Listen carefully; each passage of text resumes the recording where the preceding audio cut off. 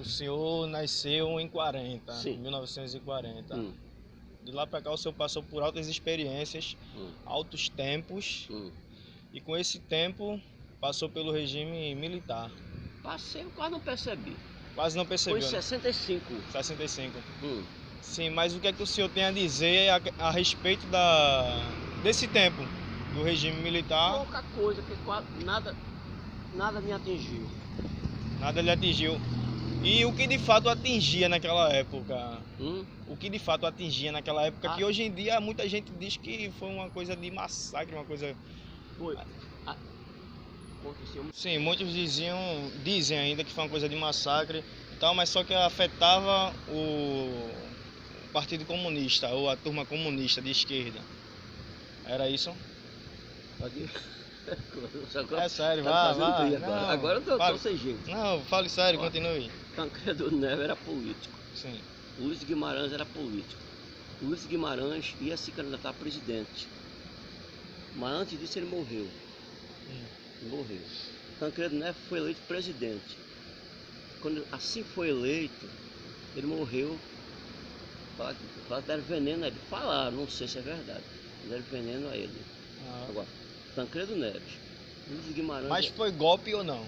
Eu não sei que eu não... O senhor acha que foi golpe? Eu não acho nada, ou não? Porque eu nunca me interessei em entender de política. E depois a democracia, a respeito da democracia, que o senhor tem a falar de lá pra cá, né? Eu não tinha a falar pouca coisa, porra. Continue. Eu tinha a falar pouca coisa, porque eu nunca me interessei em política, nem sei das explicações. Mas assim, quem viveu assim é melhor do que aquele que estuda, né? Tipo, eu participar de uma história, de um fato como esse. Eu nunca me interessei por política. O meu fraco mesmo era o futebol. Política, eu tô mais ligado à política agora, por causa das eleições. Então, durante toda a sua vida, durante esses 78 anos que o senhor tem de vida, para o senhor não afetou em nada, tanto o regime militar como afetou a democracia? Afetou o meu salário como aposentado. Eu como aposentado eu ganhava bem melhor. Como antes? Antes, como aposentado. Foi quando acabou o regime. Como aposentado, para mim ficou ruim, porque quando o Collor assumiu, o Collor derrubou os aposentados na parte financeira.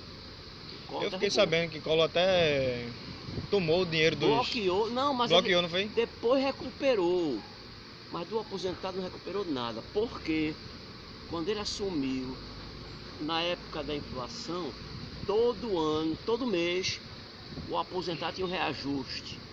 Todo mês. Tava bom. Eu trabalhava num prédio lá em Boa Viagem. Quando ele assumiu, aquele reajuste que veio para mim naquele mês, no mês seguinte ele desceu, voltou ao reajuste anterior. Por que não deixou o reajuste que tinha aumentado? É que diminuiu meu dinheiro. Entendi. Então o afeto foi em questão monetária, né? Foi em questão de salário. O aposentado foi derrubado por causa de Collor. Mas isso com Collor. Não, Collor e Fernando Henrique Cardoso. Pronto. Derrubou o aposentado. Então, o que é que a gente tem a falar a respeito da direita e esquerda? Porque hoje em dia tá a disputa da direita com a esquerda. A direita Bolsonaro, a esquerda o Haddad, que é do PT. Todos os dois estão errados. Todos os dois são errados. Então, por que essa briga entre os dois? Por que essa briga entre os dois? Se um vai assumir, quer dizer, se um assumir, vai ser inimigo do outro. Vai ser inimigo do outro, cara. Com certeza. Né? Porque eu não sou então, eu acredito assim que tudo isso é responsabilidade dos eleitores. E pra mim Bolsonaro é um boçal. Não quer boçal? Não fala nada.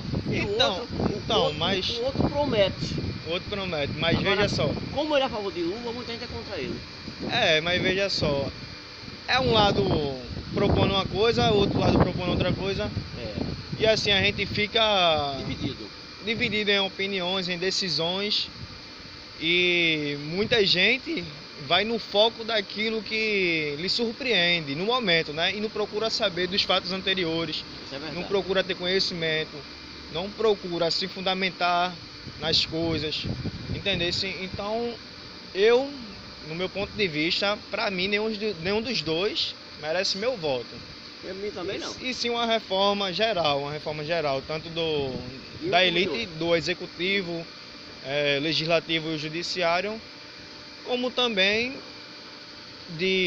da nossa opinião pública, da nossa opinião ser reformalizada de uma forma diferente, ter mais conceito. E eu acredito que nas escolas poderiam ter esse acesso ao conhecimento na área de política. Porque a briga hoje está eu não sei se é verdade, no kit gay, ou abolir também o ensino de religiões, mas ninguém se trata em questão de falar na educação em política, ou seja, no ensino da política. Porque eu acredito que se todo mundo souber da história da política em si, terá uma visão mais ampla assim, e poderá derrubar os que estão lá em cima. Derruba nunca vai derrubar. Não, mas poderia se todos nós... Vai derrubar. Então, poderia se todos nós... Vai derrubar o católico, vai derrubar o crente, vai derrubar o espírita, vai derrubar todas as categorias. Nunca vão conseguir. Porque entre eles sempre vai haver uma diferença. Agora, falou em Deus... É positivo, só falar em Deus. Mas não derruba porque a Constituição ela fala que todo poder emana do povo. Entendeu? Então, assim, eu acredito que se o povo acordar e parar de ficar nessa mesmice, ou seja, ficar trocando tudo aquilo que ele tem por um prato de lentilha, como Esaú trocou com Jacó. Certo. Entendeu? Então, se o povo começasse a observar... Naquela época era diferente. Então, mas se o povo começasse a observar o outro lado... Agora. Então, se o povo começasse a observar o outro lado da moeda, entenderia que tem poder para fazer mudança nesse país. Entendeu? Mas o povo é relaxado demais. E o que é que eu posso fazer? Não posso fazer nada, né? Que é o pior. Aí vem a violência. Porque tudo é Deus. Porque se matam... que foi Deus que mandou. Não foi Deus coisa nenhuma. Não, veja só. É o coração ruim da pessoa. Então, nós temos o entendimento de escolher aquilo que a gente quer.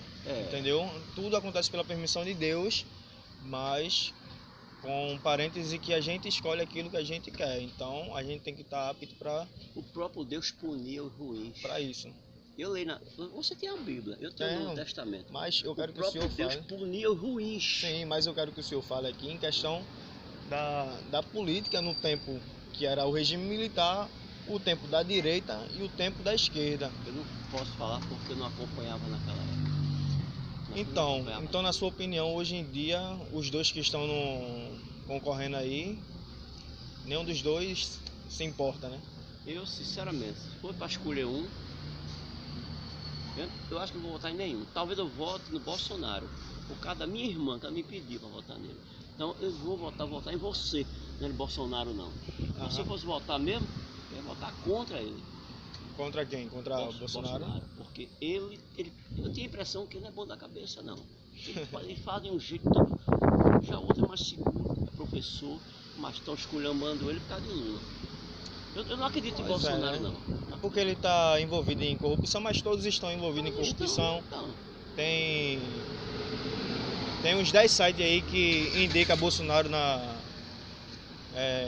em linhagem de corrupção, entendeu? Mas, assim, então, conclusão disso tudo, nenhum, né? Você já tem sua escolha?